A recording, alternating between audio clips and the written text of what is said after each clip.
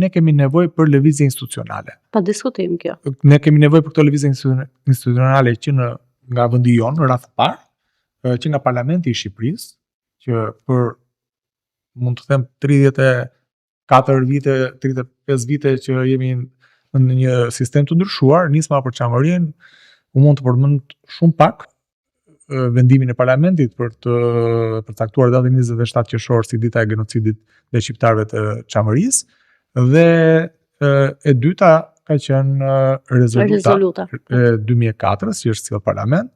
Këto kanë qenë nisma parlamentare që kanë qenë në interes të çështjes çame.